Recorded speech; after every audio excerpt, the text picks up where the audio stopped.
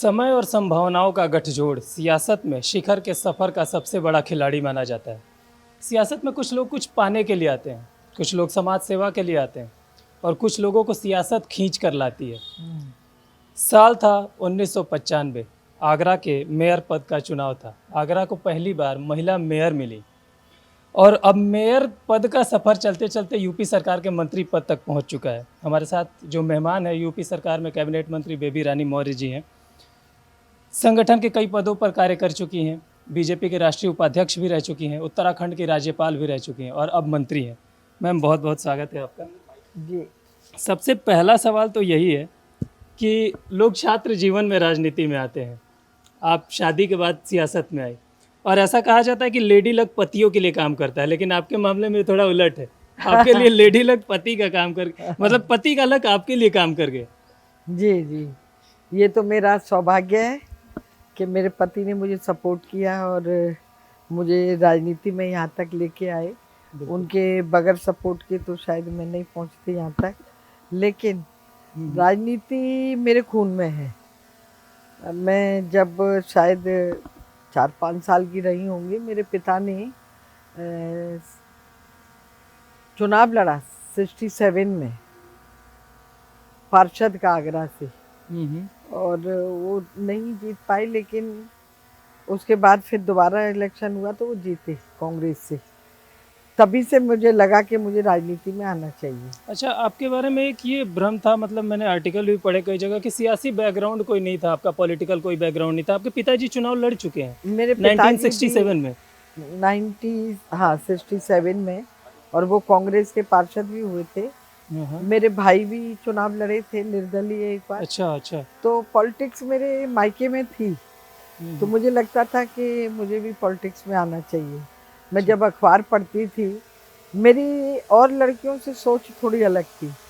मैं समाज सेवा करना चाहती थी। मुझे लगता था कि मुझे समाज के उन गरीब वर्ग के लिए कार्य करना चाहिए जो बेचारे कई बार उनके घर रात को भोजन भी नहीं बनता है। उनको हम कैसे आगे लाएं, उनके लिए कार्य करें, और यही भावना प्रबल होती चली गई। और फिर मन में ये भाव रहा कि एक बार चुनाव लड़ना है। तो ससुराल आ गए, शादी हो गई। पति को जब बच्चे हो गए, उसके बाद बच्चे थोड़े बड़े हुए, तो पति को मैंने अपनी इच्छा बताई कि मैं एक बार चुनाव लड़ना चाहती हूँ, आप मुझे चुनाव लड़ाओ। तो पति ने कहा कि मेरे माता पिता, मतलब मेरे सास ससुर से पहले पूछो। तो मेरे ससुर जी ने भी तुरंत हाँ कर दी कि नहीं बेटा, तुम्हारा मन है तो चुनाव लड़ो। और तभी ये सब बातें हो ही रही थी। आगरा की सीट रिजर्व हो गई महिला के लिए, और इस तरह मुझे राजनीति में आने का आपने चुनाव लड़ा, जीती, आगरा की पहली महिला मेयर बनी मैं। और इसके बाद मेरा राजनीतिक सफर शुरू हुआ। साल 2021 में उत्तराखंड की सियासत में खलचल मचती है। 2001 का भी बड़ा महत्वपूर्ण विषय है, उसे लोग छोड़ देते हैं। हाँ। मैं राष्ट्रीय महिला आयोग की सदस्य भी बनी 2001। अटल जी आप संगठन के कई पदों पर रह चुके हैं, आप बैठ जाइए। अटल जी जब प्रधानमंत्री थे 2002 में, उस समय मैं राष्ट्रीय महिला आयोग की सदस्य बनी थी, और वो मेरे लिए बहुत चुनौतीपूर्ण कार्य था। वो टर्निंग पॉइंट भी कहा जा सकता है। टर्निंग पॉइंट भी कह लो। मेयर का कार्य तो शहर का ही था, रोज शहर की साफ सफाई अच्छी हो, अपना आगरा अच्छा चमके। लेकिन 2002 में जब मैं राष्ट्रीय महिला आयोग की सदस्य बनी, वो मेरे लिए एक टर्निंग पॉइंट बना, और मुझे पूरे देश में दलित महिलाओं का कार्य मिला कि दलित महिलाओं की स्थिति कैसी है, उनके संग कैसा व्यवहार होता है, उनको कितनी न्याय की ज़रूरत है। आप यकीन नहीं करेंगे कि तब साउथ में दलित महिलाओं को मंदिर में भी नहीं जाने दिया जाता था। वो मैंने एक मंदिर खुलवाया उनके लिए कि आप किसी महिला को कैसे रोक सकते हो मंदिर जाने से, जब ईश्वर की तरफ से कोई भेदभाव नहीं है तो आप क्यों कर रहे हो। बिल्कुल बिल्कुल। तो उनके लिए वो मंदिर खुला और वो दर्शन करने गई महिला। साल 2001 से और जब 2025 में आप देखती हैं तो महिलाओं के जीवन में कितना सुधार हुआ है? अब तो काफ़ी प्रगति की है महिलाओं ने। अगर मैं 95 से ही देखूँ तो जब से मैं मेयर बनी, वो भी एक बोल्ड स्टेप था। मेरे से कई लोगों ने कहा कि आपने बहुत बोल्ड स्टेप लिया है, आप पॉलिटिक्स में आई हैं। तो तब से लेकर और अब 25 तक महिलाओं की स्थिति में बहुत सुधार हुआ है और महिलाएं इनिशिएटिव लेने लगी हैं, अपने निर्णय लेने लगी हैं बिल्कुल। और वो जिस क्षेत्र में जाना चाहती हैं उसमें जाती हैं और पति भी अब सपोर्ट करने लगे हैं। अब पहले जैसी स्थिति नहीं है। साल 2021 में आप उत्तराखंड के राज्यपाल थी, अचानक से आपने इस्तीफा दे दिया, हलचल मच गई, फिर आपको बीजेपी का राष्ट्रीय उपाध्यक्ष बना दिया गया। इस जिम्मेदारी के लिए तैयार थी आप? देखिए, हमारी पार्टी और पार्टियों से अलग है। यहाँ सिद्धांत की राजनीति होती है, यहाँ पर मान सम्मान की राजनीति होती है, महिलाओं के मान सम्मान की राजनीति होती है और पार्टी को जहाँ ज़रूरत होती है कार्यकर्ता को कि यहाँ इसकी आवश्यकता है, उसको वहाँ भेज दिया जाता है। उनको लगा कि गवर्नर से ज़्यादा इनको संगठन में आवश्यकता है, तो उन्होंने मुझे राष्ट्रीय अध्यक्ष बना दिया और मैं राष्ट्रीय उपाध्यक्ष बनाए। तो उन्होंने जो भी कार्य मुझे उस समय ये एक महिला के लिए बहुत बड़ी जिम्मेदारी थी उस दौर में भी और आज के दौर में भी। राष्ट्रीय उपाध्यक्ष होना किसी पार्टी का, वो भी एक बड़ी पार्टी का, बहुत बड़ी जिम्मेदारी थी। कैसा क्या मोमेंट था, कैसे आपको पता चला कि नहीं अब आपको राष्ट्रीय उपाध्यक्ष बनाया जाएगा? कैसे फोन आया, किसका पहला कॉल था? नहीं, हमारे यहाँ तो बिल्कुल लास्ट मोमेंट तक ही नहीं पता चलता कि आपको क्या बनाया जा रहा है। अचानक से पता चलता है और फिर जो जिम्मेदारी मिलती है तो हम कार्यकर्ता हैं पार्टी के, उसको हम लोग ईमानदारी से निभाते हैं।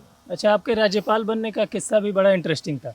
साल 2018 में आपको बाल अधिकार 2018 में बाल अधिकार संरक्षण आयोग का सदस्य बनाया गया था। आपने पदभार नहीं ग्रहण किया था ना तब तक? नहीं, मैं अमेरिका में थी, इंडिया में नहीं थी, तो इसलिए मैंने वो पदभार नहीं किया। मैं इंडिया आती तो शायद उसको भी ग्रहण करती। और जब तक इंडिया आई तब तक आपको राज्यपाल? जब तक जिस दिन मुझे भारत वापस आना था उसी दिन मेरी राज्यपाल की घोषणा हो गई। तो मैं राज्यपाल बन के उत्तराखंड में 3.5 साल वहाँ उत्तराखंड की महिलाओं की सेवा की मैंने। संगठन के कई पदों पर आप काम कर चुकी हैं।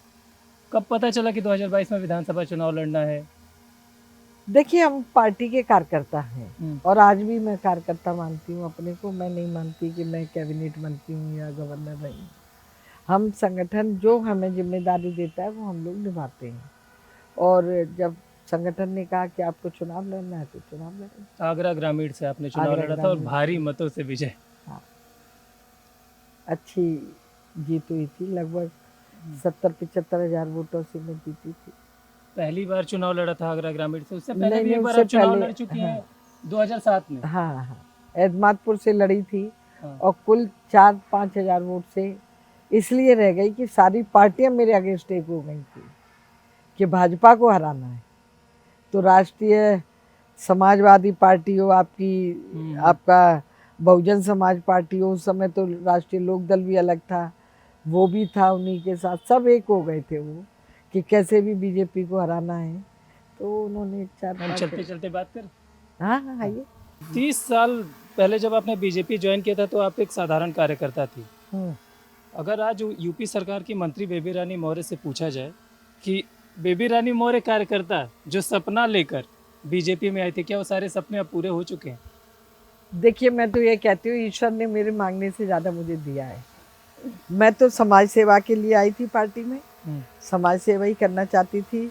मैंने कभी अपेक्षा नहीं की थी कि मैं गवर्नर बनूंगी, मैंने कभी ये भी अपेक्षा नहीं की थी कि मैं कैबिनेट में जाऊंगी, लेकिन पार्टी संगठन जो जिम्मेदारी देता है वो मैंने निभाया और आज भी समाज सेवा ही सोच के मैं ये कार्य कर रही हूँ राजनीति का। मैं तो ये मानती हूँ कि ईश्वर ने मुझे माध्यम बनाया है।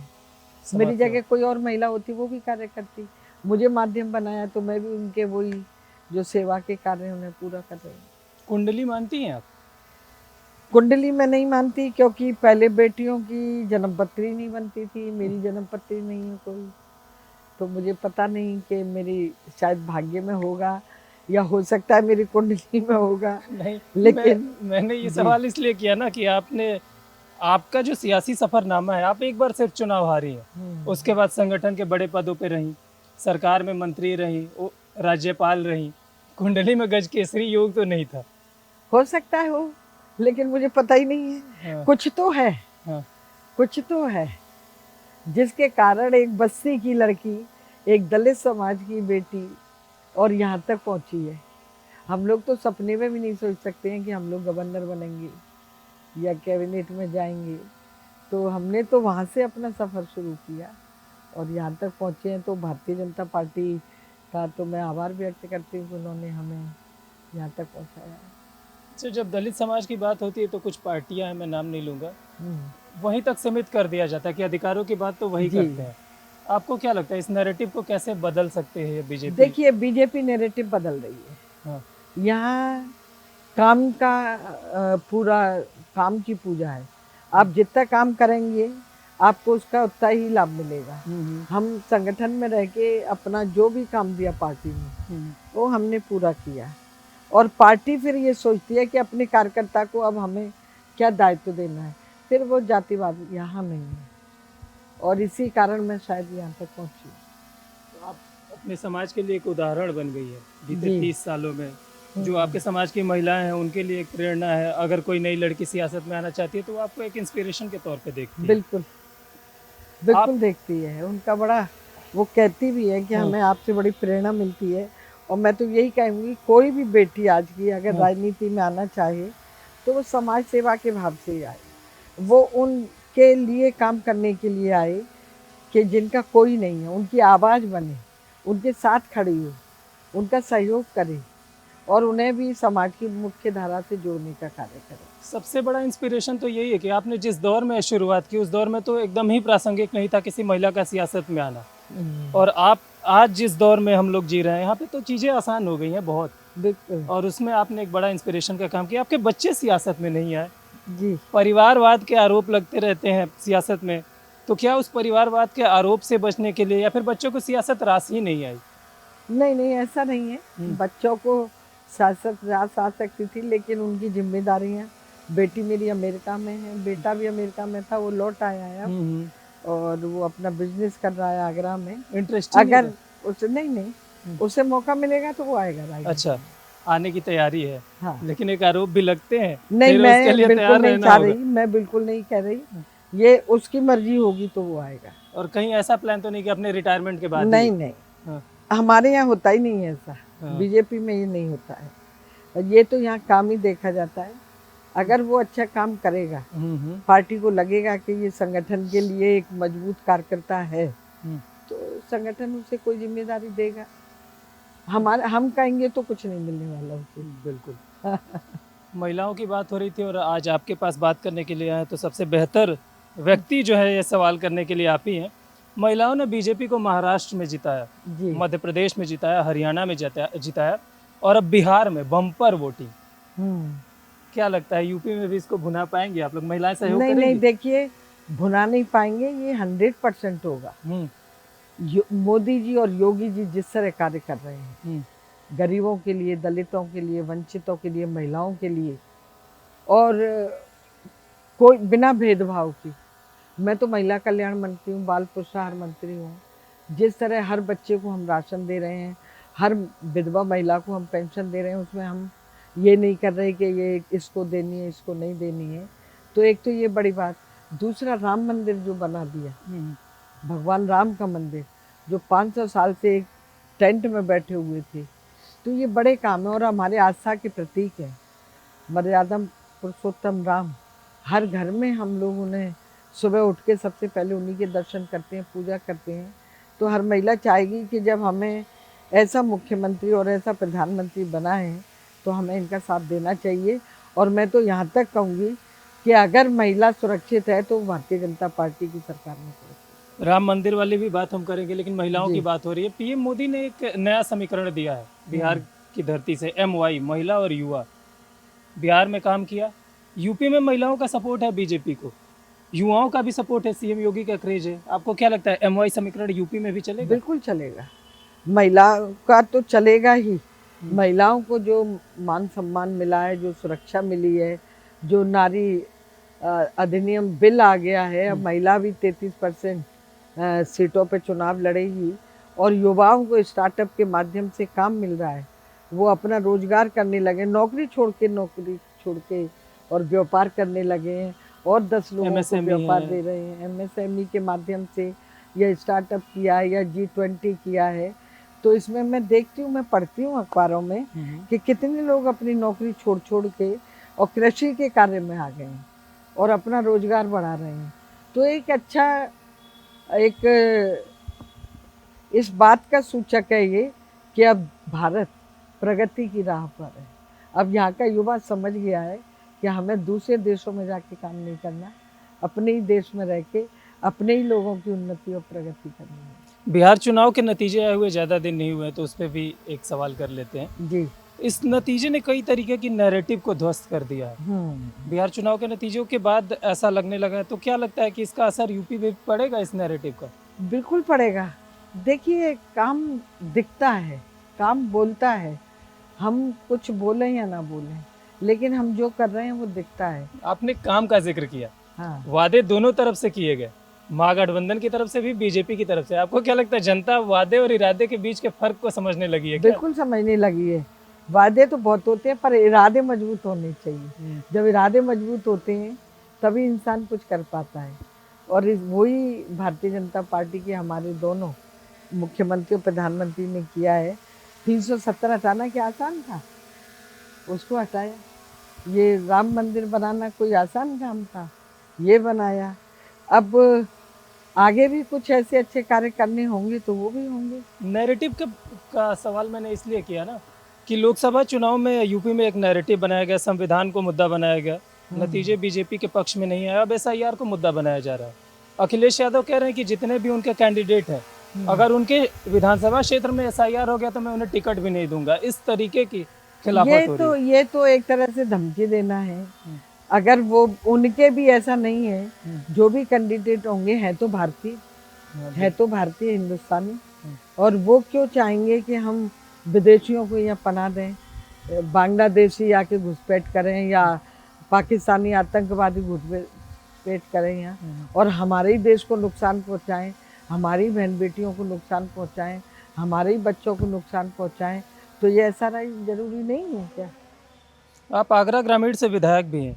एसआईआर को लेकर कोई शिकायत जनता की तरफ से आ रही है? अभी तक तो कोई नहीं आ रही है, और बहुत सुनिश्चित तरीके से, बहुत अनुशासित ढंग से मेरी विधानसभा में कार्य हो रहा है। अभी तक कोई, कहीं नहीं, वहाँ की छोड़िए, पूरा उत्तर प्रदेश में, मैं तो कैबिनेट मंत्री भी हूँ, हर जिले के लोग मेरे से बात करते हैं, अभी तक कोई हमें ऐसी वो नहीं मिली है कि यहाँ कुछ गलत हो रहा है। अयोध्या का जिक्र किया आपने, अयोध्या की भी बात कर लेते हैं। पीएम मोदी का भाषण आपने सुना होगा, बड़ा जबरदस्त भाषण दिया, अध्यात्म को आधुनिक भारत से जोड़ा। बिल्कुल। इस मेल के बारे में आपकी क्या राय है? आपका है, बहुत ही सुंदर सवाल है, और मैंने भी इसी को पकड़ा। उन्होंने जो कहा कि वो राजा राम बन गए थे और मर्यादा पुरुषोत्तम होकर आए, और आज हमारी जिम्मेदारी वही है। जब हम राजनीति में आते हैं अपने घर से, तो एक सामान्य कार्यकर्ता की तरह आते हैं, लेकिन इसको भी हम राम की तरह लें, और जितने भी अच्छे लोग हैं उनके अनुभव इकट्ठे करें, उनका आशीर्वाद लें, उनके जो कार्य अच्छे करते हैं उनको एक्सेप्ट करके वही समाज तक पहुंचाएं। यही आध्यात्मिकता का एक पहलू है, और उसे जरूर पूरा करना चाहिए। उन्होंने कहा कि अगर आधुनिक भारत को विकसित भारत बनाना है तो हर व्यक्ति के अंदर के राम को जगाना होगा। बिल्कुल बिल्कुल, राम को तो जगाना ही पड़ेगा। आज आवश्यकता भी है। राम ने जो कर दिखाया, असंभव कार्य को संभव किया। क्या समुद्र पर वो पुल बनाना आसान था क्या? कितना असंभव समुद्र पर पुल बनाना, तो क्यों कार्यकर्ताओं के भरोसे ही तो किया उन्होंने, अपनी वानर सेना इकट्ठी की। तो आज भी वही, देश को भी वही ज़रूरत है कि अच्छे लोग इकट्ठे हों, और जो भी, जहाँ भी पुल बनाने की आवश्यकता हो, जहाँ भी आतंकवादी गतिविधियाँ हो रही हो वो ख़त्म हो, जहाँ घुसपैठ हो रही हो वो ख़त्म हो, हम लोग चैन से जिए। और हम लोग का तो सूत्र भी वही है, जियो और जीने दो। बिल्कुल, विकसित भारत की बात हो रही है। 2047 तक विकसित भारत को लेकर ही अखिलेश यादव से एक पत्रकार ने सवाल किया। उन्होंने पीएम मोदी को लेकर आपत्तिजनक बयान दिया था। आपने सुना था वो बयान? मैंने नहीं सुना, सही में नहीं सुना मैंने। चलिए कोई बात नहीं, मैं वो बयान दोहराना भी नहीं चाहता हूँ, हालांकि वो सियासी मर्यादाओं से परे था, इसलिए मैं उस बयान को दोहराना नहीं चाहता हूँ। अयोध्या में राम मंदिर बन गया। आप आगरा से आती हैं, बगल में मथुरा है, एक नारा है आरएसएस का कि अयोध्या अभी झांकी है, काशी मथुरा बाकी है। आपके मन में क्या है? नहीं, देखिए, हमारे आस्था के प्रतीक, हमारे मंदिर जो उस समय के मुगल कालिक शासक जो भी रहे हों, उन्होंने तोड़े, वो सब बनने चाहिए। हम भारत में रहते हैं, भारत में रह के अपने देवी देवताओं को नहीं पूजेंगे, नहीं मानेंगे, तो और देशों से थोड़े हमें उम्मीद है। अच्छा, 30 सालों से आप बीजेपी में भी हैं। जी। लंबा संघर्ष, ये आपने कहा कि 1992 में एक उम्मीद तो जग गई थी, लेकिन उम्मीद को पूरा होते होते 30 साल लगा है। बिल्कुल। इस दौरान पीड़ा तो बहुत हुई होगी। 33 साल लग गई। मैं एक बार उस समय राष्ट्रीय महिला आयोग की सदस्य थी, तो मैं एक उसमें गई थी इंक्वायरी में, तो मैंने मंदिर भी दर्शन मंदिर देखे तो सही, रामलला कहाँ बैठे हैं अयोध्या में। तो मुझे मतलब बहुत ही अजीब लगा कि हमारे भगवान टेंट में बैठे हुए हैं। तो बड़ा अच्छा नहीं लगा उस समय, लेकिन अब जब मंदिर बन गया और मैं दर्शन करने गई, तो मैं बता नहीं सकती कि मुझे कैसी अनुभूति हुई थी समय। मंदिर निर्माण, और मैं सही बताऊं, अनुभूति के साथ एक जैसे भगवान राम का आशीर्वाद भी मेरे सर पर आया। मुझे ऐसा एहसास हुआ कि कोई बहुत ही अच्छी सी खुशबू मेरे पास से गुजर गई।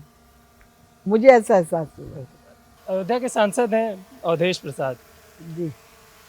वो कह रहे कि मैं दलित था इसलिए मुझे राम मंदिर का न्योता नहीं दिया गया। राम मंदिर निर्माण पूरा वो उस कार्यक्रम, वो अखिलेश यादव के डर की वजह से नहीं आए हैं कि तुम मंदिर गए तो तुम्हें निकाल देंगे हम पार्टी से। ऐसा हो नहीं सकता। निर्माण पूरा होने के बाद आप गई हैं अयोध्या? हाँ, कई बार निर्माण हो रहा था। ये ध्वजारोहण के बाद। ध्वजारोहण तो अभी 2 दिन पहले। हाँ, अभी जाना है। हाँ, अभी जाना नहीं हुआ, लेकिन जाना है मुझे। चलिए, चलते चलते हम लास्ट में एक रैपिड फायर करते हैं। कुछ नाम मैं लूँगा, बस उसके बारे में जो भी आपके दिमाग में आएगा, उस नाम को सुनते ही जो एक वर्ड आपके दिमाग में आएगा, आपको मुझे बताना होगा, कैमरे पे बताना होगा। योगी आदित्यनाथ।